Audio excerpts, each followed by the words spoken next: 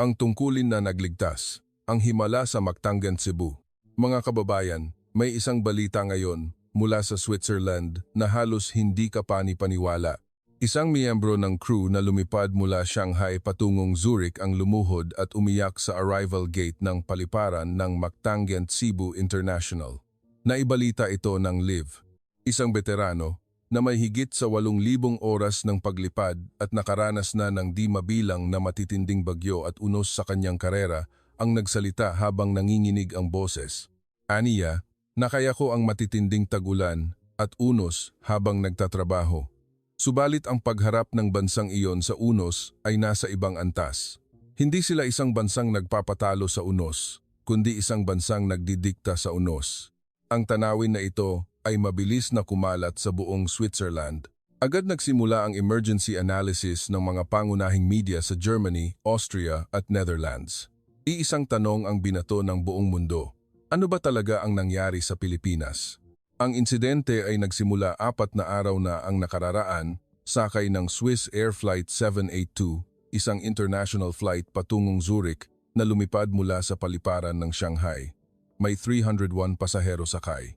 Sa sandaling dumaan ng eroplano sa karagatan malapit sa Pilipinas, isang matinding kalampag ng metal ang umalingaw-ngaw mula sa kaliwang makina. Ang temperatura sa labas ay nasa ilalim ng Brillen, EI, IFO, USUO, and No, 55, Hey, Rio, C, at ang presyon ng makina ay mabilis na bumaba. Sunod-sunod na kumislap ang mga warning lights sa cockpit. Subalit ang tunay na bangungot ay sumunod. Humingi ang kapitan ng emergency landing, ngunit ang lahat ng paliparan malapit sa Maynila, Hong Kong at Taipei ay tumanggi dahil sa matinding super typhoon at mabigat na trapiko. 30 minuto na lang ang natitirang gasolina. Lumakas na ang panginginig ng pangalawang makina at nagsimula na itong umapoy. Sa isang iglap, namayani ang matinding takot sa loob ng cabin. Isang 5 taong gulang na bata ang nag-hyperventilate. Maging ang isang special guest na professional sa neurology ay nanginginig ang kamay, bumubulong na may posibleng pagbagsak. Ang ilan sa mga upper class na pasahero ay sumigaw na mapanganib ang Pilipinas at tinangkang pigilan ang desisyon ng kapitan. Matinding bagyo, sira ang makina at landing refusal, lahat ng pinakamasamang kondisyon ay nagtagpo. Subalit, sa gitna ng matinding pagkadismaya, iisa lang ang bansa na nagbukas ng runway, at ang nasaksihan ng Swiss crew noong gabing iyon ay tuluyang bumali sa lahat ng pamantayan ng tagumpay na pinaniniwalaan niya. Ang kapangyarihan ng Pilipinas na pamahalaan ang unos na kanyang nasaksihan ay hindi pangkaraniwan kundi lampas sa inaasahan. Ngayon, ikukuwento ko ang totoong kwento ng di ka panipaniwalang gabi ng unos na iyon. Ako ay isang senior flight attendant ng Swiss Air. Sa loob ng 17 taon, ako ang pangunahing nakatalaga sa ruta ng Zurich at Geneva, ngunit sa nakalipas na 2 taon, naitalaga ako sa mga long-haul na ruta sa Asia. Ngayon, pabalik kami sa Zurich mula Shanghai. Mukhang tahimik ang cabin. Ang mga pasahero ay nagpapahinga, nanonood ng tablet o nakapikit sa ilalim ng kumot. Sa business class, nakaupo ang mga kilalang uri ng pasahero. Isang lalaking pinaniniwala ang CEO ng isang international finance company, isang partner lawyer na may nakaukit na pangalan ng isang malaking law firm sa kanyang briefcase, at isang dating diplomat na may malawak na karanasan sa foreign affairs. Palaging may ganitong mga special guest. Taglay nila ang kakaibang pagmamalaki at kumpiyansa, subalit may naramdaman akong nakatago sa likod ng kapayapaang iyon. Isang bahagyang panginginig na nagmumula sa sahig ng eroplano. Isang pagyanig na hindi mapapansin ng ordinaryong pasahero, ngunit isang malinaw na babala para sa akin na may 17 taon ng karanasan. Agad akong pumunta sa sentro, kinuha ang intercom at humingi ng kumpirmasyon mula sa cockpit. Narinig ko ang boses ng kapitan. Hindi matatag ang output ng Engine 1. Kinukumpirma ang vibration frequency. Maikli at tuyot ang sagot, ngunit lalo nitong pinalakas ang tensiyon sa aking likod. Tumango ako ng mahinahon, walang emosyong ipapakita sa mga pasahero, ngunit sa aking isip, naglalaro na ang pinakamasamang senaryo. Ang isang makina ay tuluyang tumigil sa himpapawid. Ling, iwan, Metro ang taas. Sa, ima, no, usa, tadufer, o manais, if you are I, o misan, 50, loza. I, C na lamig. Hindi na lang ito simpleng malfunction, ito ay issue ng survival. Dahan-dahan akong naglakad sa pasilyo, sinisiyasat ang kalagayan ng mga pasahero. Bigla, narinig ko ang isang hindi kaaya-ayang usapan mula sa likod ng business class. Sapat ba ang kagamitan ng paliparan sa Pilipinas? Tanong ng lalaking pinaniniwala ang CEO sa mahinang boses. Sumagot ang katabing abogado. Hindi rin nila kinukumpirma ang antas ng kanilang systemic response. Siguradong iba sa pamantayan ng Europa. Antuala Sando, bumaling ang dating diplomat. Hindi ko alam kung systematic ang kanilang mga proseso. Maaaring magkaproblema tayo kung bigla tayong bumaba roon. Naramdaman ko ang kakaibang pagkadismaya habang nakikinig sa kanilang usapan. Hindi pa nila nauunawaan ang bigat ng sitwasyon. Wala silang ideya kung gaano kapanganib ang sira ng makina o kung gaano kabilis dapat kaming magdesisyon. Sa halip, hinuhusgahan lang nila ang Pilipinas batay sa sarili nilang pamantayan. Sa sandaling iyon, kumislap ang ilaw sa kabin. Ilang pasahero ang napatingin at agad akong ngumiti ng maliwanag upang bigyan sila ng kapanatagan. Ngunit sa aking tainga, umalingaw-ngaw ang ikalawang mensahe mula sa kapitan. Kumikislap ang warning ng Engine 2. Bawas na ng Arsha, Python's Arsha, ang output. Mabilis ang tibok ng aking puso. Nakatingin ako sa cockpit at huminga ng malalim. Nasa punto kami ng pagpili at nagdesisyon ang kapitan. Palitan ang ruta. Mactangen Cebu ang puntahan. Ihanda ang emergency landing. Nang umalingaw-ngaw ang mga salitang iyon sa cabin broadcast, tila nagyelo ang hangin sa business class. Pilipinas. Ang boses ng CEO ay puno ng pagdududa. Agad na sumagot ang abogado. Bakit hindi sa Korea? Bakit sa Pilipinas pa? Cruz ang braso ng dating diplomat at umiling. Hindi ba't masyadong malaki ang risk nito? Tiningnan ko ang kanilang reaksyon at nakita ko ang sinaunang ugali ng tao. Sa gitna ng matinding krisis, hindi madaling mawala ang prejudice. Kahit na nakataya ang kanilang buhay, inuna pa rin nila ang conclusion na hindi sapat ang Pilipinas. Bumulong ako sa aking sarili. Ang kailangan ngayon ay desisyon, hindi diskriminasyon. Subalit lalo pang lumaki ang alitan. Ilang pasahero ang tinawag ako nang may nag-aalalang mukha at ginawa ko ang lahat upang pakalmahin sila. Ngunit ang pagdududa sa business class ay tila isang sumisirang apoy kumakalat sa buong cabin. Narinig ko ang ikatlong mensahe ng kapitan. Mahirap nang panatilihin ang kasalukuyang altitude. Simulan na ang pagbaba. Unti-unting tumagilid ang eroplano at mahigpit akong kumapit sa handrail. Sa sandaling iyon, tinanong ko ang sarili, talaga bang kakayanin ng Pilipinas? Ang tanong na iyon ay naging isang pusta sa aming survival. Habang nagbabasa sa emergency manual, matibay na sinabi ng kapitan, sa kasalukuyang sitwasyon, ang Mactangen Cebu ang pinakamalapit at may pinakamaikling oras ng pagbaba. Pagkatapos ng mga salitang iyon, agad na nagprotesta ang business class. Opisyal ba iyan na data? Tinawag ako ng CEO sa pamamagitan ng pagpindot sa bell. Kalmado akong lumapit, ngunit malinaw ang pagkadismaya sa kanyang mukha. Ipaabot mo sa kapitan. Hindi ba't mas mataas ang facility scale at karanasan ng Incheon Airport sa Seoul? Bakit Pilipinas pa ang pipiliin? Dagdag ng abogado. Statistically nga, mas marami ang emergency landing na nahahawakan ng mga paliparan sa Korea. Dapat tayong pumunta sa proven na lugar. Ipinasa ko ang kanilang mga salita sa cockpit. Pagkatapos ng ilang sandaling katahimikan, malinaw na sumagot ang kapitan. Sa kasalukuyang output ng makina, hindi tayo makakarating sa Seoul. Mactangen Cebu ang tanging opsyon. Ipinasa ko ang mga salitang iyon, ngunit hindi tinanggap ng mga special guest. Pabalik sa Shanghai, paano? Malamig na tanong ng dating diplomat. Kung babalik tayo ng ganito na may headwind, mauubusan tayo ng gasolina at babagsak, sagot ko. Nanahimik sila, ngunit puno pa rin ng pagdududa ang kanilang mga mukha. Hindi nila gustong maniwala sa sitwasyon, kaya patuloy silang naghahanap ng ibang posibilidad. Lalong uminit ang alitan sa cabin. Paulit-ulit akong naglakad sa pasilyo upang pakalmahin ang mga pasahero. Subalit, patuloy na bumababa ang eroplano.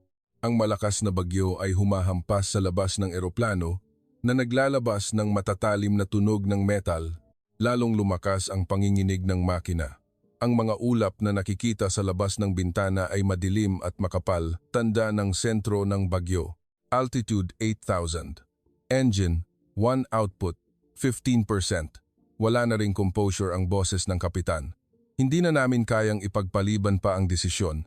Sa sandaling iyon, sa kauna-unahang pagkakataon, narinig ang boses ng Mactan Air Traffic Control, ATC, mula sa speaker ng cabin. Swiss Air, nakumpirma ang emergency signal. Runway 23 ay isinasara. Priority ay ibibigay pagkatapos ng wind analysis. Maikli ang mga salita. Subalit nakakagulat ang lakas at kapayapaan ng boses. Sa gitna ng pagyanig, ang boses ay matatag, walang panik o labis na kumpiyansa. Ito ang boses ng isang handang-handa. Naramdaman ko ang kakaibang ginhawa. Sa wakas, may naghahanda na tanggapin kami. Subalit iba ang reaksyon ng mga special guest. Iyan ba ang pinakamahusay? Puno ng uncertainty. Sigaw ng CEO. Plan pa lang? Hindi confirmed. Umiling ang abogado. Tiningnan ko sila at naisip. Mas inaalala pa yata ng mga taong ito ang kanilang pride kaysa buhay nila ngayon. Lalong yumanig ang eroplano. Narinig ang sigaw mula sa economy class. Mabilis akong tumakbo sa likuran upang pakalmahin ang mga pasahero. Isang matandang mag-asawa ang mahigpit na naghawakan ng nanginginig na mga kamay. Isang batang babae ang umiiyak habang nagdarasal. Mahigpit kong hinawakan ang kanilang mga kamay. Ayos lang po, malapit na tayong lumapag. Ngunit nanginginig ang boses ko. Narinig ko muli ang mensahe mula sa cockpit, pumapasok na sa ulap ng bagyo. It's a, made. It's a, mabilis na yumanig ang eroplano at kumislap ang mga ilaw, sumigaw ang mga pasahero. Maging ang mga special guest ay mahigpit na naghigpit ng seatbelt. Sa sandaling iyon, narinig muli ang boses ng Mactan ATC na kumpirma ang pagbabago ng wind angle mula sa kaliwa. Magiging stable ang landing path sa loob ng 30 segundo. Maghanda. May pangako sa mga salitang iyon. Sumagot ang kapitan. Naiintindihan. Landing preparation complete. Intentional, it's a ladyo, mina, iwanaka na, o pusing wo. Habang nakikinig sa transmission na iyon, napagtanto ko. Ang gumagabay sa amin ngayon ay hindi data o laki ng facility. Tao iyon. Iyon ay ang kalooban ng isang boses na hindi kami bibitawan. Hindi na nagprotesta ang mga special guest. Naintindihan na rin nila. Ang sitwasyon ay lampas na sa kanilang kontrol. Patuloy na umuuga ang eroplano. Mahigpit akong kumapit sa handrail ng galley habang nakatanaw sa labas ng bintana. Mula sa kadiliman, nagsimulang makita ang bahagyang liwanag. Cebu na. Ang pagpipiliang iyon ay hindi na mapag-aalinlanganan. Malakas ang hampas ng bagyo sa labas. Halos wala ng lakas ang engine 1. Ang natitirang makina ay umiikot na tila sumisigaw. Naglakad ako sa pagitan ng mga upuan. Kinukumpirma ang mga seatbelt ng pasahero, ngunit nanginginig ang sarili kong kamay. Altitude 1,200. Umalingaw-ngaw ang boses ng kapitan sa cabin. Kasabay ng mga salitang iyon, malakas muling yumanig ang eroplano at may nahulog na kung ano mula sa overhead compartment. Sumigaw ang isang pasahero at agad akong tumakbo roon. Ayos lang po. Sandali na lang, sabi ko. Hinawakan niya ang aking kamay. Salamat. Narinig ang boses ng kapitan. Ibinababa ang flaps. Maghanda sa paglapag. Salamat Mario. Lalabas na tayo agad, sabi ko. Tumango ako at umupo sa jump seat. Mahigpit akong nag-seatbelt. Labis na nanginginig ang aking mga kamay. Huminga ako ng malalim. Tumingin ako sa labas ng bintana. Kadiliman lang. Walang makitang runway ni isang ilaw.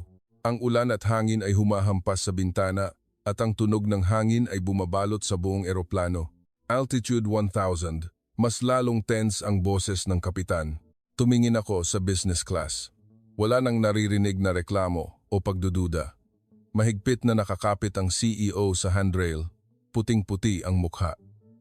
Nakapikit ng mahigpit ang abogado. Kinakagat ang labi. Maging ang dating diplomat ay nanginginig ang kamay habang hinahawakan ang kanyang cross necklace. Sa economy class, narinig ang boses ng isang nagdarasal. Isang mababa, nanginginig na boses na paulit-ulit na nagdarasal. Kumalat iyon sa buong cabin. Napaipit ang aking dibdib. Sa harap ng krisis, pantay-pantay ang lahat. Ang mayayabang at mapagpakumbaba ay parehong humaharap sa takot. Altitude 900. Mas mabilis na bumaba ang eroplano. Muli kong kinumpirma ang seatbelt. Altitude 800. Nagbara ang aking tainga. Mabilis ang pagbabago ng presyon. May ilang pasahero na nagtakip ng tainga. Nagsimulang umiyak ang isang bata. Nakita ko ang isang ina na mahigpit na niyakap ang kanyang anak. Altitude 700. Mabilis na tumagilid ang eroplano. Mula kaliwa, biglang yumanig patungo sa kanan. Sumigaw ang ilang pasahero, lalo kong hinigpitan ang kapit sa handrail. Narinig ang boses ng ATC. Nakasecure ang wind angle na 12 degrees mula kaliwa. Thrust ay, pabay, metro. Landing ay posible. 1 minuto lang, ngunit naramdaman ko na tila sinusuportahan kami ng mga salitang iyon. Tila may hindi nakikitang kamay na umaalalay sa eroplano. Sumagot ang kapitan, papasok na. Altitude 600. Napahinga ako ng malalim, tumingin ako sa labas, kadiliman pa rin. Altitude 100. Sa sandaling iyon, sa kauna-unahang pagkakataon, nakita ang bahagyang liwanag. Ito ang mga ilaw ng runway, ngunit nababalutan ito ng ulan at ang malakas na hangin ay humahampas. Kinagat ko ang aking labi. Altitude 400. Mas malakas pang yumanig ang eroplano. Ang kaliwang pakpak ay natulak ng hangin at narinig ko ang mabilis na pag-iikot ng kontrol ng kapitan. Wind speed 25 knots. Gusting, narinig muli ang boses ng ATC. Walang panginginig sa boses. Tila ganap na kontrolado ang sitwasyon. Altitude 200. Lalong lumapit ang runway. Mas luminaw ang mga ilaw. Patuloy na yumanig ang eroplano. Tila sasabog ang aking puso. Mula sa business class, narinig ang boses ng isang humihikbi. Lumingon ako. Ang matigas na CEO pala. Nakatakip ang kanyang mukha sa 2 kamay. Nanginginig ang balikat. Altitude 100. Pumatid ang boses ng kapitan. Sa sandaling iyon, alam kong tense rin siya. Altitude 150. Huling malaking pagtagilid ng eroplano. Ang kanang pakpak ay natulak ng hangin. Sumigaw ang mga pasahero. Altitude 100. Mahigpit kong ipinikit ang mata. Sobrang higpit ng kapit ko sa handrail na namuti ang aking mga daliri. Intento, to you non mas, NPT, Bayman, USA, yumanig ang eroplano. Ifo, thank you, San, lalong lumakas ang tunog ng hangin. Ibo, Adong, Arsa. At boom! Dumaan ang mga gulong sa runway. Ngunit hindi pa tapos. Malakas na tumalbog ang eroplano at muling umangat ng bahagya. Lumakas pa ang sigaw ng mga pasahero. Muli akong nagmulat ng mata. Isa pang bomb, tuluyan ng lumapag. Nagsimulang mag-slide ang eroplano sa ulan. Nakakabingi ang tunog ng brake. Delikado ang pag-slide ng eroplano na umuuga sa kaliwat kanan.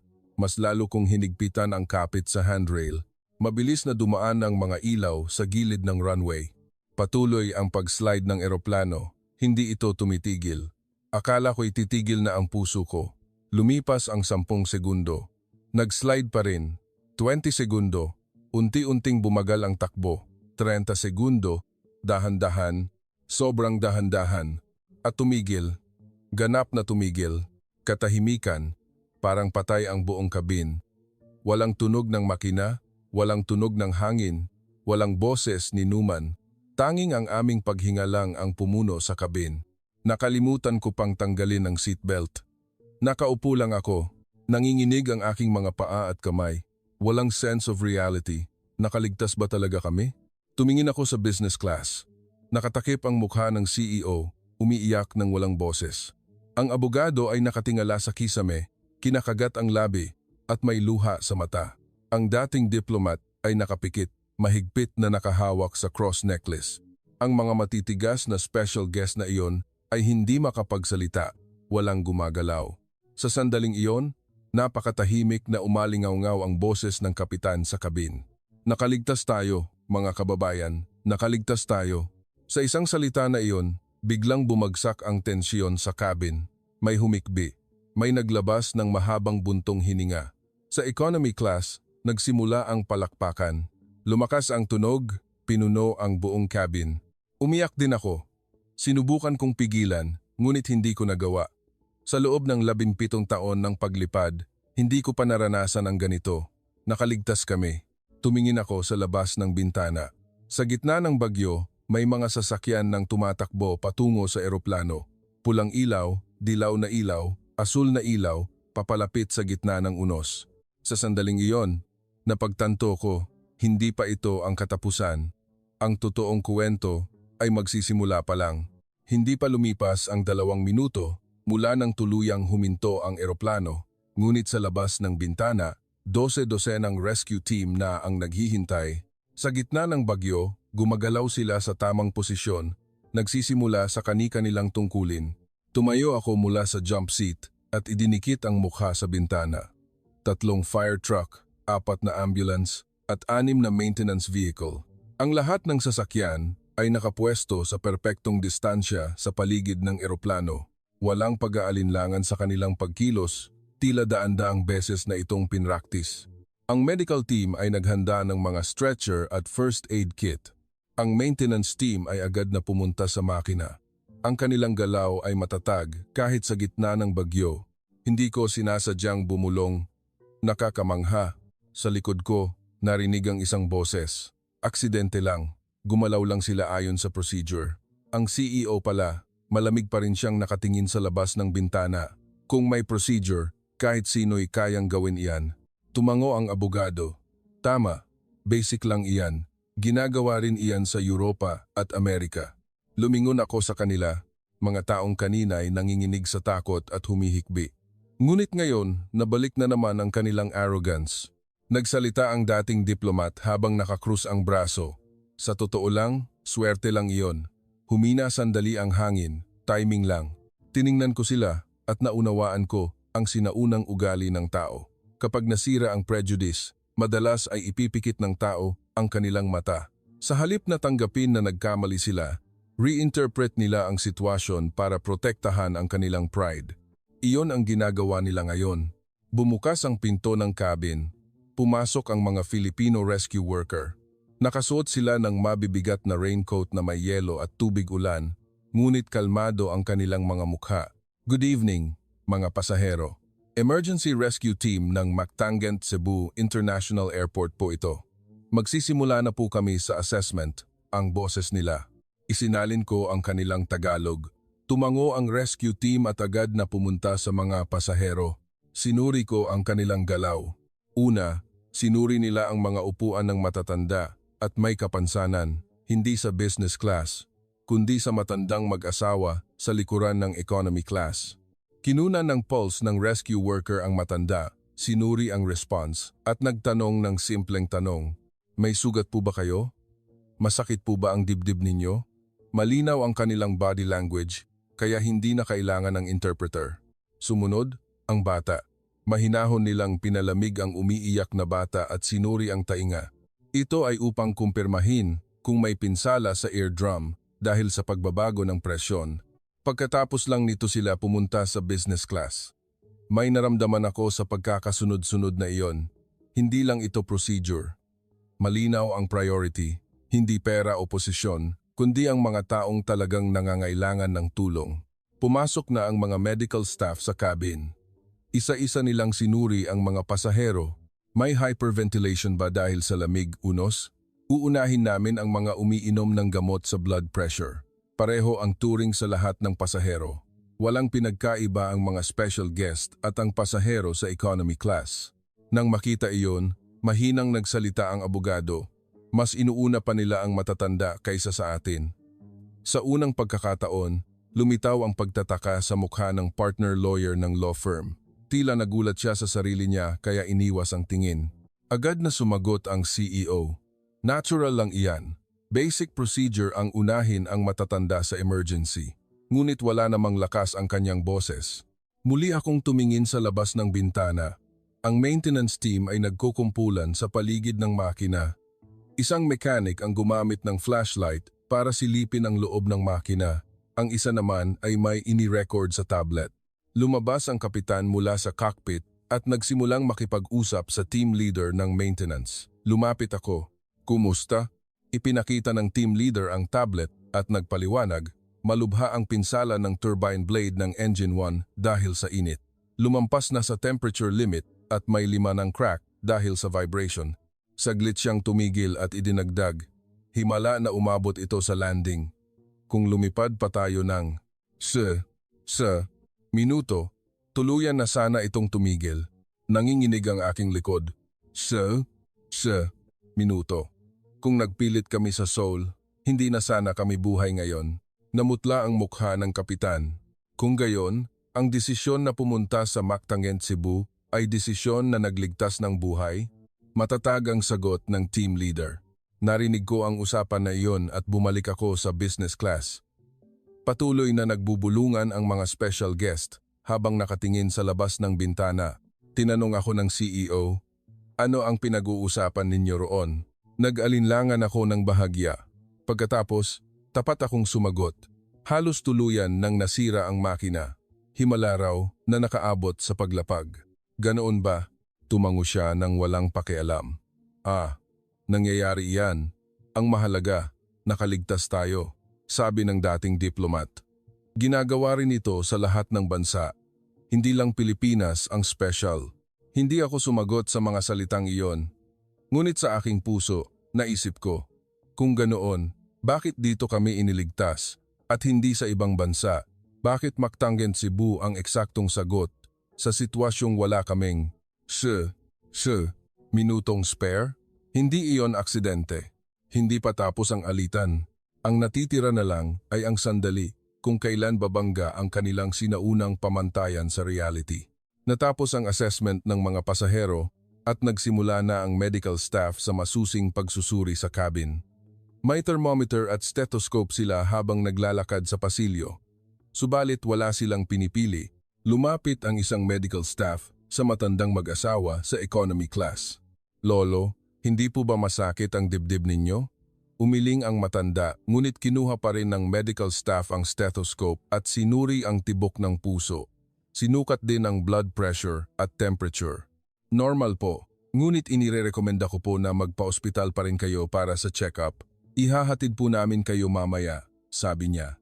Umiling ang matanda at tumanggi, ngunit magiliw subalit matatag na sinabi ng medical staff, para po sa kaligtasan. Huwag po kayong mag-alala. Sunod, ang buntis. Isang babaeng nakaupo sa gitna ng economy class. Malaki ang tiyan at maputla ang mukha. Ilang buwan na po kayo? 7 po. Agad na lumuhod ang medical staff. Hinawakan ang pulso ng buntis. Pagkatapos kumpirmahin ang pulso, sumenyas siya sa kasamahan. Pakicheck ang oxygen saturation. May dalang device ang isa pang medical staff at kinagat sa daliri ng buntis. Sinuri nila ang readings at nagtinginan. Normal range po, ngunit kailangang dalhin sa ospital para kumpirmahin ang tibok ng puso ng fetus. Umiiyak na nagtanong ang buntis. Ayos lang po ba ang baby ko? Stable po sa ngayon, ngunit kailangan ng definite confirmation. Maghahanda po kami ng ambulance ngayon mismo. Mahigpit na hinawakan ng medical staff ang kamay niya para bigyan siya ng katiyakan. Napaipit ang aking dibdib sa tanawin na iyon. Hindi nila inintindi ang ranking. Inuna nila ang mga taong nangangailangan ng tulong. Ang may potential risk. Lumapit ang medical staff sa CEO at magalang na nagtanong, "May masakit po ba sa inyo?" Umiling ang CEO. Ngunit hindi lang siya nilampasan ng medical staff. "Kukuhanan ko lang po kayo ng blood pressure." Hindi na kailangan. Winagayway ng CEO ang kamay, ngunit kinuha na ng medical staff ang blood pressure monitor. Para lang po sa safety check. Sandali lang po. Wala nang nagawa ang CEO at iniabot ang braso. Mabilis na sinukat ng medical staff ang blood pressure. Normal po, ngunit mukhang mataas ang stress level. Uminom po kayo ng tubig. Iniabot ng medical staff ang isang bote ng tubig at lumipat na sa susunod na pasahero. Tiningnan ko ang mukha ng CEO. Isang kakaibang emosyon ang nakita, pagtataka o kahihiyan. Mahinang nagsalita ang abogado. Talaga ngang inuna nila ang matatanda at buntis. Ang boses niya ay may surprise, hindi pagtuligsa. Tumanggi ang dating diplomat habang nakatingin sa labas ng bintana. Hindi iyan procedure, may iba pang bagay diyan. Ano? Tanong ng CEO. Hindi sumagot ang dating diplomat. Ngunit ang kanyang mukha ay tila sa isang taong nagsisimula ng tumanggap ng isang katotohanan. Sa sandaling iyon, pumasok sa cabin ang team leader ng maintenance kasama ang kapitan. Lumapit siya sa akin, dala ang tablet. Flight attendant, maaari ko po bang ipaliwanag ng kaunti ang kalagayan ng makina? Aba, oo naman. Ipinakita ng team leader ng maintenance ang screen ng tablet. Puno ito ng mga larawan at graph ng loob ng makina. Tulad ng nakikita ninyo, may crack ang 5 turbine blade. Dito at dito po. Ginamit niya ang daliri para ituro isa-isa. Technical terms ang ginamit, ngunit dahan-dahan siyang nagpaliwanag para maintindihan ko. Mas mabilis ang thermal degradation kaysa inaasahan. Sa altitude na E1 metro, may vibration pa at matinding lamig, mabilis na tumaas ang metal fatigue. Kung lumipad pa tayo ng 15 minuto, maaaring masira ang blade at sumabog ang buong makina. Napatigil ako sa paghinga. Sumabog. Ang salitang iyon ay umalingaw-ngaw sa aking isip. Seryosong sinabi ng team leader ng maintenance. Ang desisyon ng kapitan, ang mabilis na response ng ATC team, at ang bilis ng pag-alis ng runway, ang tatlong ito ay exact na nagtagpo. Kung nagkamali sa isa lang, tumigil siya. Mas nakakatakot ang katahimikan na iyon. Isinalin ko ang paliwanag na iyon sa mga special guests sa business class. Namutla ang mukha ng CEO. Napatangga ang abogado. Dahan-dahang yumuko ang dating diplomat. Sa sandaling iyon, pumasok sa cabin ang isang air traffic controller. May hawak siyang file at lumapit sa kapitan. Kapitan, ito po ang record bago at pagkatapos ng paglapag. Kasama po rito ang voice recording, radar tracking at weather data. Nawe, amay na. Tinanggap ng kapitan ang file. Ang bilis naman nitong makompile. Real-time recording system po. Sa sandaling dumating ang emergency signal, automatikong na-save ang lahat ng data. Kalmadong paliwanag ng ATC. Kakailanganin po ito para sa accident investigation at insurance processing. Na-send na po ito sa headquarters ninyo sa Switzerland. Nagulat na binuksan ng kapitan ang file. Tumingin din ako sa tabi niya. Ang lahat ng transmission, pagbabago ng altitude bawat oras, wind speed data, runway condition record, at maging ang angle ng paglapag ng gulong ay naka-record. Hindi lang ito record. Isa itong perpektong documentation. Sa sandaling iyon, napagtanto ko. Ang buong proseso ay nakakagulat na konektado. ATC, maintenance, medical, record, gumagalaw sila na tila iisang organismo. Kung aksidente lang minsan, swerte iyon. Kung aksidente ng 2 beses, lucky iyon. Ngunit kung paulit-ulit ang aksidente, iyon ay skill. Lumingon ako sa business class. Hindi na sila nagsasalita. Nakakrus ang braso ng CEO. Nakatingin sa labas ng bintana. Nakahawak ang abogado sa ulo. Ang dating diplomat ay nakapikit, humihinga ng malalim. Tumagal ang katahimikan. Ang katahimikan ay laging may iisang mensahe. Nag-aalinlangan ako. Ang kanilang sinaunang pamantayan ay unti-unting nabibiyak. Hindi pa bumabagsak, ngunit may mga crack na. Habang tinitingnan ang mga crack na iyon, naisip ko, hindi bumabagsak ang prejudice sa isang iglap. Unti-unti itong nabibiyak at sa isang sandali, bigla itong magigiba at pakiramdam ko, malapit na ang sandaling iyon. Natapos na ang huling assessment ng medical staff. Natapos na rin ng maintenance team ang sealing ng makina. Nakipagkamay ang ATC sa kapitan at umalis sa cabin. Lahat ay tumpak, lahat ay handa, at hindi na iyon maikakaila ng mga special guest. Kabanata 6. Ang turning point. Isang salita na nagpabago ng puso. Tapos na ang final check ng rescue team. Halos kalahati na ang laman ng cabin. Nauna nang inilabas ng ambulance ang matatanda at buntis. Ang malamig na hangin ay dumadaloy sa pagitan ng mga bakanteng upuan. Ang ilaw sa kisame lang, ang bahagyang nagbibigay liwanag sa pasilyo. Nakatingin ako malapit sa pinto, tinutulungan ang mga natitirang pasahero na bumaba. Sa sandaling iyon, dahan-dahang tumayo ang dating diplomat. Isinuot niya ang kanyang overcoat at tumingin sa paligid. Tila may kinukumpirma, o mas tumpak, may ayaw siyang makalimutan. Dahan-dahan siyang naglakad sa pasilyo ng business class. Huminto siya sa harap mismo ng exit. Isang rescue team member ang naghahanap ng huling inspection. Mukha siyang nasa gitna ng 40s. Pula ang kanyang mukha dahil sa lamig at ulan. May yelo at tubig ang kanyang raincoat. Basa ang kanyang gloves. Sa bawat paghinga niya, may puting usok na lumalabas. Sinuri niya ang ilalim ng upuan, binuksan ang overhead compartment, at sinilip maging ang pinto ng lavatory isa-isa. Walang naiwang pasahero, walang nahulog na mapanganib na bagay, walang oversight. Ang kanyang galaw ay mukhang pagod, ngunit matatag. Tahimik na tiningnan iyon ng dating diplomat. Oh, wow, segundo, andam, segundo,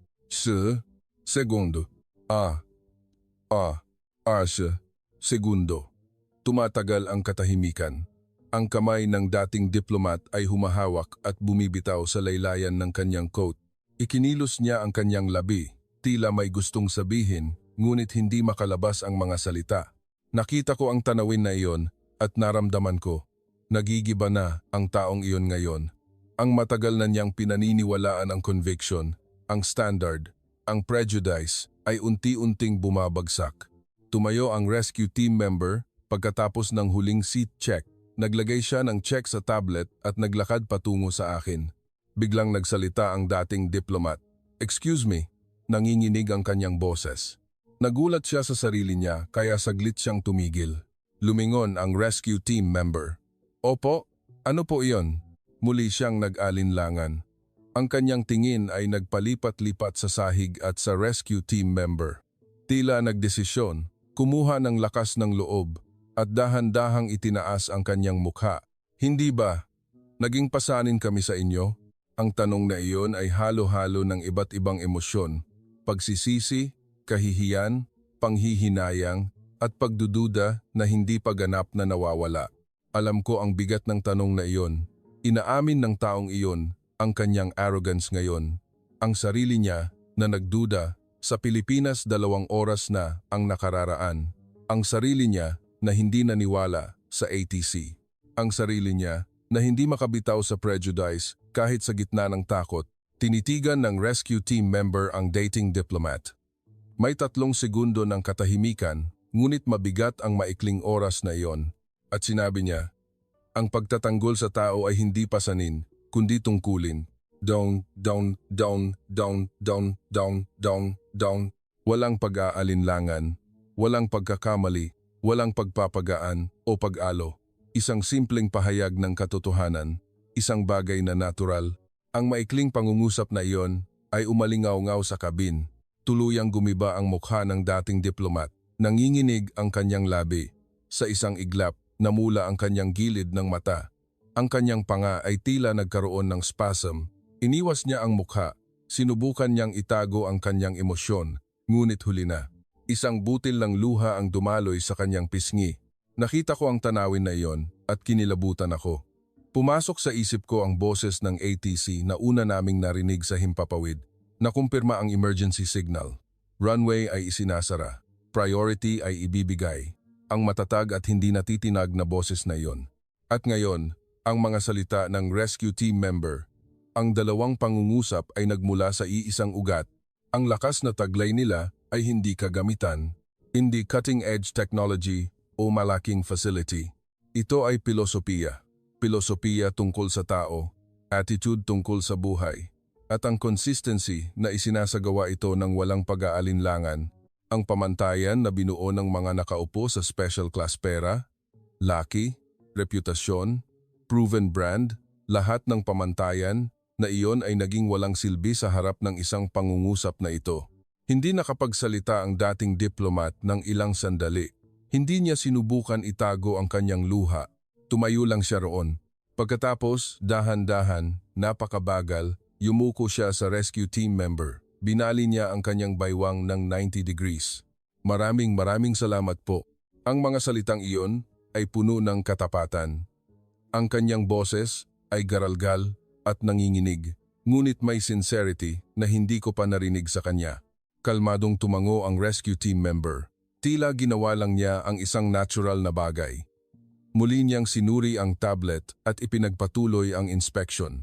Nakatayo ang dating diplomat ng ilang segundo, hindi pa rin niya maiangat ang mukha. Pagkatapos, dahan-dahan siyang tumayo at lumabas sa kabin. Tiningnan ko ang kanyang likod. Iba na siya sa dating diplomat na sumakay 2 oras na ang nakararaan na wala ang arrogance. Ang kanyang balikat ay may bigat, hindi humility, kundi realization, ang paglalakad ng isang taong nakakaalam kung gaano siya kaliit, kung gaano siya nagkamali. Lumabas sa pasilyo ang CEO. Tinitigan niya ang pinto kung saan nawala ang dating diplomat at nagtanong sa akin, ano ang sinabi niya. Ipinasa ko ang mga salita ng rescue team member. Ang pagtatanggol sa tao ay hindi pasanin, kundi tungkulin. Nanahimik ang CEO ng ilang sandali. Ikinilos niya ang labi, tila inuulit ang pangungusap. Tungkulin. Ang kanyang boses ay mababa at boses ito ng isang taong may realization. Dahan-dahan ding lumapit ang abogado, isinusuot ang kanyang coat. Tinitigan niya ang rescue team member na nagpapatuloy sa inspection. Ilang taon na kaya siyang nagtatrabaho? Hindi ko alam. Tingnan mo ang kanyang mukha. Mukha iyan ng isang taong matagal nang nagtatrabaho. Paulit-ulit na niyang ginawa ang ganoong sitwasyon, pero hindi siya mukhang pagod. Tinitigan ng abogado ang likod ng rescue team member. Tingnan mo ang kanyang tingin. Hindi natitinag. Muli kong tiningnan ang rescue team member. Malinaw ang pagod niya. Nakayuko ang kanyang balikat. Mabagal ang kanyang paglalakad. Ngunit ang kanyang tingin ay hindi natitinag. Mababa ang boses ng abogado. Nagkamali tayo.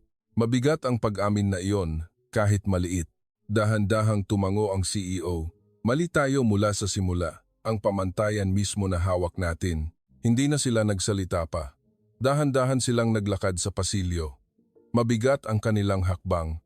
Ang bigat ng kahihiyan, ang bigat ng realization. Habang tinitingnan ko ang kanilang likod, naisip ko, ang sandali na nagbabago ang isang tao ay ganito katahimik.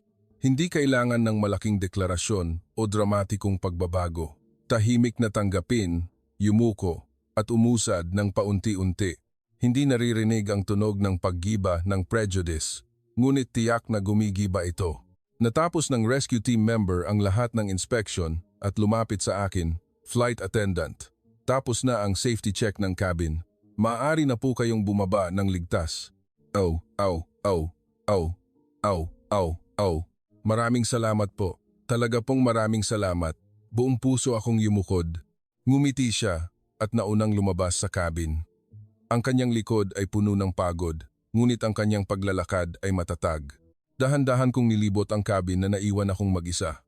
Ang mga kumot ay nakakalat sa mga upuan. Ang mga bagay na nahulog ng pasahero ay nasa sahig. Ang upuan kung saan mahigpit na naghawakan ang matandang mag-asawa. Ang upuan kung saan umiyak ang buntis habang nagdarasal. Ang business class kung saan nagduda ang mga upper class na pasahero. Lahat ng upuan ay bakante na ngayon. Ngunit alam ko, malapit na itong mapuno muli. Ng ibang pasahero, ng ibang krisis, ng ibang kuwento. At ang Pilipinas ay muling magliligtas. Tahimik, kalmado, at natural. Huling tingin ko sa kabin at lumabas ako. Ang malamig na hangin ay humampas sa aking mukha, ngunit nakakagulat na mainit ang pakiramdam. Sa runway na binabalutan ng ulan, naroon pa rin ang mga sasakyan ng rescue team. Ang tunog ng siren ng ambulance ay malayo nang naririnig. Habang tinitingnan ko ang tanawin na iyon, tahimik akong nagsalita. Nakita natin ang isang bagong pamantayan ngayon. Ang pamantayan na iyon ay hindi laki ng kagamitan. Hindi iyon isang bagay na pinatunayan ng numero. Ito ay attitude tungkol sa tao. At ang attitude na iyon ang nagligtas sa amin. Kabanata 7. Ang huling pader ng arrogance ay gumuho. Pagbaba ko sa runway, binalot ako ng malamig na hangin. Nasa 15.7. 15 ang temperatura. Dahil sa hangin at ulan, ang field temperature ay nasa 10. 10. 10 sina. Sa bawat paghinga, tila nagyeyelo ang aking baga. Ang ulan ay humahampas sa aking mukha. Tinaas ko ang collar ng aking coat at tumingin sa paligid. Ang mga sasakyan ng rescue team ay naroon pa rin. Ngunit wala sila sa loob ng sasakyan, naglabas sila, sinisiyasat ang eroplano, chinecheck ang mga kagamitan, at nag-uugnayan. Dalawang mekanik ang nakaluhod sa ilalim ng makina, nagtatrabaho, basa na ang kanilang gloves. Pula ang kanilang mukha dahil sa lamig, ngunit hindi sila tumitigil. Ang medical team ay nag-oorganisa ng mga stretcher sa tabi ng ambulance. Ang fire team ay naglalagay ng mga safety beacon sa paligid ng eroplano. Isa-isa nang bumababa sa runway ang mga pasahero. Tumigil ang CEO habang bumababa sa hagdan. Tinitigan niya ang rescue team na nagtatrabaho sa gitna ng unos. Tumayo rin sa tabi niya ang abogado. Ang dating diplomat ay ang huling bumaba. Sa dulo ng hagdan, dahan-dahan niyang nilibot ang runway ng kanyang tingin. Silang tatlo ay tahimik. Sa sandaling iyon, tumayo ang isang mekanik mula sa ilalim ng makina. Inalis niya ang kanyang gloves. Sinubukang painitin ang mga kamay sa hininga niya. Ngunit dahil sa labis na lamig, mabilis niyang isinuot muli. Nagbigay siya ng direksyon sa kasamahan at muli silang lumuhod para magtrabaho. Mahinang bumulong ang CEO. Gaano kaya kalamig ang nararamdaman nila? Sumagot ang abogado. Halos hindi na gumagalaw ang kanilang kamay. Walang imik na tinitigan sila ng dating diplomat. Ang kanyang tingin ay lumipat mula sa mechanic patungo sa medical team at pagkatapos ay sa fire team. At sinabi niya, "Naalala mo ba ang sinabi niya noon?" Lumingon ang CEO. Ano? Ang sinabi ng ATC. Priority ay ibibigay plan. Nanginginig ang boses ng dating diplomat. Noon, inisip kong hindi sigurado, planned lang, hindi confirmed. Malabo na salita. Ipinikit niya ang mata. Ngunit ngayon, nakita ko, hindi iyon malabo. Iyon ay isang exact na pangako. Ito ang sandali kung kailan na-recall ang foreshadowing. Ang maikling pangungusap na narinig namin sa Kabanata 2. Ang malakas at hindi natitinag na boses ng ATC. Priority ay ibibigay. Ang mga salitang iyon ay ganap na naisakatuparan sa malamig na runway na ito. Dahan-dahang tumango ang abogado. "Oh, hindi nila tayo binitawan mula sa simula." Kinamot ng CEO ang kamao. Nanginginig ang kanyang kamay na may gloves. Nagduda tayo. Hanggang sa huli. Lumabas ang pagod sa kanyang boses. Pagkatapos ng paglapag, sinabi pa nating aksidente lang. Swerte lang. Sabi ng dating diplomat. Nagkamali tayo. Lubusan tayong nagkamali. Sabay silang nanahimik. Dumaloy ang katahimikan. Ang ulan ay nagsimulang tumambak sa kanilang balikat. Tiningnan ko ang tanawin na iyon mula sa malayo. Ang kanilang likod ay mukhang maliit. Mga taong naghusga sa Pilipinas ng may arrogance 2 oras na ang nakararaan. Ngunit ngayon, iba na. Lumapit sa kanila ang isang medical staff. "Excuse me, ayos lang po ba kayo? Napakalamig po. Ihahatid ko na po kayo sa sasakyan." Itinaas ng dating diplomat ang kanyang mukha. Pula ang kanyang gilid ng mata. "Maaari po bang magtanong?" "Opo, ano po iyon?" "Ang mga mekanik po. Kailan pa sila naroon?" Tumingin ang medical staff sa maintenance team. Lumabas po sila agad pagkatapos matanggap ang emergency signal. Mga 1.5 oras na po siguro. 1.5 oras na sa ganitong lamig? Opo. Kailangan po nilang kumpirmahin ang kalagayan ng makina at tapusin ang safety check. Kalmadong sabi ng medical staff. Hindi nakapagsalita ang dating diplomat.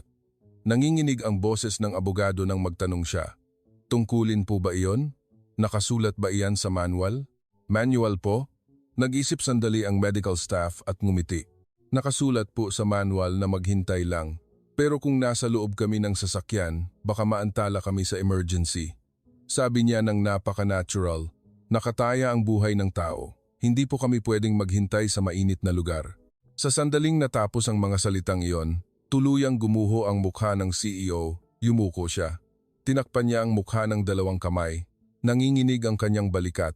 Hindi ko alam kung umiiyak siya o nagpipigil. Tumingala ang abogado. Ang ulan ay bumagsak sa kanyang mukha. Hindi siya kumurap. Hindi ko alam kung luha o ulan ang dumaloy sa kanyang pisngi. Lumuhod ang dating diplomat. Bigla. Walang sinabi. Lumuhod siya sa malamig at maulan na runway at yumuko. Nagulat ang medical staff at sinubukang itayo siya. "Sir, ano pong nangyayari? Tumayo po kayo. Malamig po. Ngunit hindi siya tumayo. Patawarin po ninyo kami. Nanginginig ang kanyang boses. Nagduda po kami mula sa simula. Hindi po kami naniwala sa inyo. Ama fan, idon. Ama fan, ama fan, ama fan. Hindi po, ayos lang. Tumayo po kayo. Hindi. Itinaas ng dating diplomat ang kanyang mukha. Puno ng luha ang kanyang mga mata. Iniligtas po ninyo kami. Ngunit nagduda po kami sa inyo hanggang sa huli. Lumuhod din ang CEO. Lumuhod din ang abogado. Ang tatlong mayayabang na tao ay lumuhod sa runway na nababalutan ng ulan at yumuko. Hindi naririnig ang tunog ng paggiba ng prejudice. Ngunit malinaw kong nakita ang sandaling iyon. Ang sandaling gumuho. Ang sinaunang pader. Ang sandaling natunaw ang arrogance. Nagmamadaling pinatayo sila ng medical staff. Talaga pong ayos lang. Tumayo na po kayo. Malamig po. Nanginginig na sinabi ng dating diplomat. Maraming salamat po. Umiiyak na sinabi ng CEO. Marami kaming natutunan. Hindi nagsalita ang abogado, yumuko lang. Inihatid sila ng medical staff sa sasakyan. Naglalakad sila ng nanginginig, nag-aalalayan. Habang tinitingnan ko ang kanilang likod, napagtanto ko, ganito pala bumabagsak ang prejudice. Hindi sa pamamagitan ng malaking argumento, kundi sa pamamagitan ng matatag na pagkilos ng katapatan. Hindi sa pamamagitan ng marangyang pangungumbinsi, kundi sa pamamagitan ng tahimik na practice. Hindi salita, kundi attitude. Muli kong nilibot ang runway ng aking tingin. Ang mga mekanik ay nagtatrabaho pa rin sa ilalim ng makina. Ang medical team ay tinatapos ang huling check ng pasahero.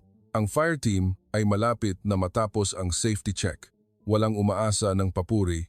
Walang umaasa ng pasasalamat. Ginagawa lang nila ang kanilang trabaho at sa hindi malamang dahilan, ang hangin sa runway sa gitna ng unos ay nag-iba ng pakiramdam. Malamig, ngunit mainit. Malamig ang hangin, ngunit mainit ang puso. Alam ko ang precision na naranasan ko ng di mabilang sa Switzerland. Ang precision ng oras, ang precision ng tren, ang perpektong sistema, ang hindi natitinag na procedure. Ngunit iba ang nakita ko ngayon. Ito ay precision tungkol sa tao, precision tungkol sa buhay, hindi sa numero. Precision sa attitude, hindi sa inaasahan. Ang precision na iyon ang nagligtas sa amin. Dahan-dahan akong naglakad sa runway na nababalutan ng ulan at naisip, mula ngayon, magbabago ako. Ang pamantayan na pinaniniwalaan ko, ang halaga na iginagalang ko, ang lakas na naiintindihan ko. Sa sentro ng lahat ng ito, naroon ang mga taong nagligtas sa amin sa gitna ng unos na ito. Ang afterglow na iyon ay mananatili ng matagal. 2 araw na ang lumipas mula noong emergency landing. Nakatingin ako sa laptop screen sa hotel room sa Maynila. Mga email mula sa Swiss headquarters, mga imbitasyon sa interview mula sa mga media outlet, at mga video na naipost sa social media. Noon, inakala kong simpleng balita lang ito ng isang aksidente. Ngunit ang sitwasyon ay lubos na kakaiba. Ang isang major Swiss daily ay may larawan ng aming eroplano sa front page. Ang himala ng emergency landing sa Mactangen Cebu International Airport sa gitna ng matinding bagyo. Ang subtitle ay, "Sira ang makina, bagyo, at runway na puno ng tubig.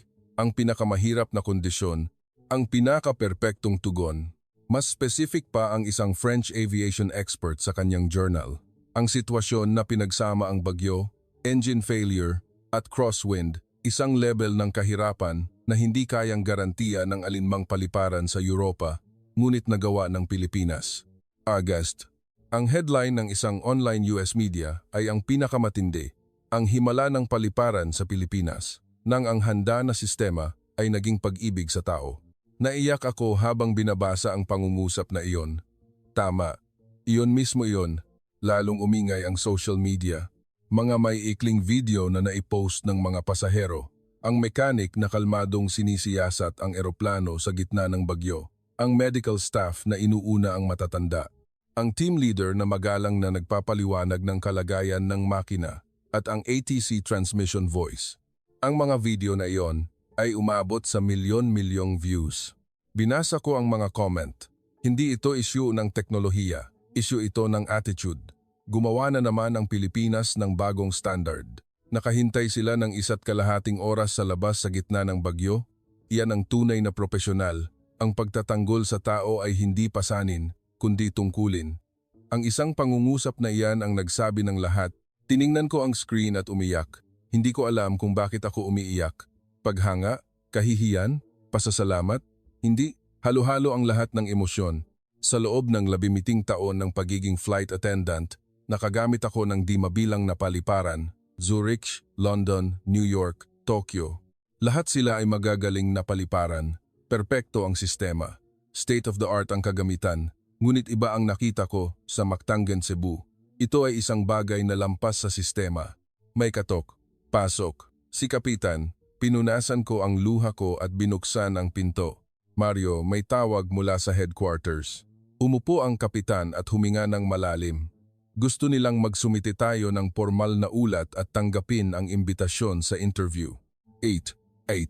At ibabahagi ng panig ng Pilipinas ang kanilang complete response manual sa atin para sa training purpose. Saglit akong natigilan. Manual po? Oo. Emergency response procedure, typhoon contingency system, staffing mechanism lahat. Bumuntong hininga ang kapitan. Sa totoo lang, nakakahiya. Nagduda tayo sa kanila pero nagpadala sila ng data ng buong katapatan. Tumango ako. Kapitan, kailangan po nating matuto. Matatag kong sinabi. Ang response manual ng paliparan na ito ay dapat ilagay sa training program ng ating headquarters. Hindi, dapat matutunan ito ng lahat ng airline sa buong Europa. Tinitigan ako ng kapitan. Pagkatapos, dahan-dahan siyang tumango. Tama ka. Iyan ang pinakamahusay na paggalang na maibibigay ko.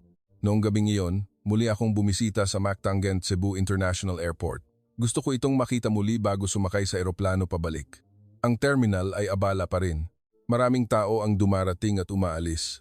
May announcement. Maliwanag ang mga ilaw ng duty-free. Tumingin ako sa runway sa kabila ng malaking salamin. Ang runway kung saan kami lumapag 2 araw na ang nakararaan. Ang lugar na hinampas ng bagyo ay tahimik na ngayon. Ngunit alam ko, sa isang lugar sa likod niyan, may naghihintay pa rin para sa susunod na emergency. Para sa susunod na buhay. Mario, narinig ko ang boses sa likod ko. Lumingon ako, ang dating diplomat. Nandito rin po pala kayo? Ako rin. Paalis na rin ako ngayon. Tumayo siya sa tabi ko. Tiningnan din niya ang runway. 2 araw na akong hindi nakatulog. Ako rin. Iniisip ko kung gaano ako ka-arrogant, kung gaano ako nagkamali. Nanginginig ang boses ng dating diplomat. Nagtrabaho ako bilang diplomat sa loob ng 30 taon. Maraming bansa ang nakita ko. Kaya sa hindi malamang dahilan, nagkaroon ako ng standard. Ganito lang ang bansang ito, ganoon lang ang bansang iyon. Tila alam ko na ang lahat. Ipinikit niya ang mata, ngunit nagkamali ako. Lubusan. Ako rin. Nag-amin din ako. Sa loob ng 17 taon, marami akong ginamit na paliparan. Nagkaroon ako ng sarili kong ranking. First class, second class, third class. Sa totoo lang, hindi ko binigyan ng mataas na rating ang Pilipinas. Nanginginig din ang boses ko. Ngunit noong gabing iyon, gumuho ang lahat ng standard ko. Tiningnan ako ng dating diplomat. May luha sa kanyang mata. Salamat. Salamat at nakaligtas tayong magkasama. Nagkamayan kami. Pagkatapos, muli kaming tumingin sa runway, tumunog ang boarding announcement. Huling tingin ko sa runway at nagsalita ako sa aking puso. Maraming salamat. Salamat sa pagliligtas sa amin. Salamat sa pagpukaw sa amin. Habang naglalakad ako patungo sa gate, hindi ko mapigilan ang pagluha, kakaiba. Hindi ako malungkot, ngunit lumuha ako. Naintindihan ko. Luha ito ng pasasalamat. Sumakay ako sa eroplano. Umupo ako sa tabi ng bintana. Muli kong tiningnan ang Mactangen Cebu International Airport. Ang mga ilaw na kumikinang, ang mga sasakyang gumagalaw ng tumpak, ang ATC Tower sa malayo. At naintindihan ko. Hindi lang inilapag ng gabing iyon ang aming eroplano. Ginuho nito ang aming sinaunang pamantayan. Tinunaw nito ang prejudice, sinira ang arrogance, at nagbukas ng bagong mata. Umalis na ang eroplano. Sa labas ng bintana, unti-unting lumiit ang mga ilaw ng Mactangen Cebu. Ngunit sa aking puso, lalo itong lumaki. Ang liwanag na iyon, Ang init na iyon, ang pilosopiya na iyon, sumulat ako sa aking notebook. Disyembre 2025. Natutunan ko sa Mactangen Cebu na ang tunay na lakas ay hindi nagmumula sa laki, kundi sa attitude. Na ang tunay na profesionalismo ay hindi nagmumula sa teknolohiya, kundi sa pagmamalasakit sa tao. At isinulat ko ang huling pangungusap. Magsisimula akong lumipad muli, ngunit iba na ako. Dahil ang gabing iyon ay nagtanim ng bagong pamantayan sa loob ko. Sa kadiliman sa labas ng bintana, kumikinang ang mga bituin. At ngumiti ako habang lumuluha. Mga kababayan, maraming salamat sa pagbasa, pakikinig hanggang sa dulo ng mahabang kwentong ito. Sana ay nagbigay ito sa inyo ng bahagyang inspirasyon.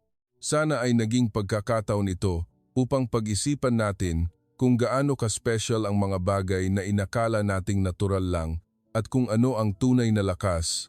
Nang lumapag kami sa runway ng Mactangen Cebu noong gabing iyon, hindi lang iyon emergency landing. Iyon ang sandali kung kailan dahan-dahang nagsimulang matunaw ang aming mga puso na nababalutan ng makapal na yelo ng arrogance at prejudice. Natutunan namin kung ano ang tunay na lakas. Hindi ito matatagpuan lang sa malaking kagamitan o perpektong procedure. Ang tunay na lakas ay nasa puso ng tao. Ang composure na hindi natitinag sa anumang sitwasyon. Ang fairness na hindi naghuhusga sa tao batay sa social status. At ang tahimik ngunit makapangyarihang pilosopiya na nagsasabing, ang pagtatanggol sa tao ay hindi pasanin, kundi tungkulin. Ang bawat pagkilos na ipinakita nila ay dahan-dahan, ngunit matatag na gumigiba sa prejudice na hawak namin sa loob ng mahabang panahon. Ang luha na iyon ng veteranong flight attendant sa dulo ng kuwento. Ngayon, malinaw na ang dahilan ng luha na iyon. Hindi lang iyon luha ng ginhawa dahil nakaligtas siya sa takot. Iyon ay luha ng malalim na paghanga na dinama ng isang taong nagulat sa kanyang sariling kakulangan. Ang bansang nagdidikta sa unos. Naiintindihan ko na rin ngayon ang kahulugan ng mga salitang iyon. Hindi lang nila tinalo ang unos sa pamamagitan ng teknolohiya, sa pamamagitan ng puso na nagmamalasakit sa tao. Kahit sa gitna ng matinding pagsubok, dinidiktahan nila ang sitwasyon at maging ang puso ng tao. Ang aking mga flight bilang flight attendant ay magpapatuloy. Ngunit ang kompas sa loob ko ay tinuro na ang bagong direksyon noong gabing iyon. Kung ano ang talagang mahalaga, kung ano ang dapat igalang, at kung ano ang dapat protektahan. Ang sagot ay itinuro ng mga taong nagtatrabaho sa runway ng Mactangen Cebu. Sa isang lugar sa malawak na mundong ito, ang aming pang-araw-araw na buhay ay sinusuportahan ng tahimik na lakas ng isang taong walang pangalan. Marahil, ang pagkilala at pagpapasalamat sa kanila ang pinakamahalagang aral na matututunan natin mula sa kuwentong ito. Sana ay nagbigay ng init sa inyong puso ang kuwentong ito, tulad ng isang candlelight. Hanggang dito na lang ang ating kwento ngayon. Kung naantig ang inyong puso ng kwentong ito, paki-like at comment po ang inyong saloobin. At ang subscribe ay isang imbitasyon para sa susunod na kwento. Maraming salamat po sa inyong muling pagdalaw.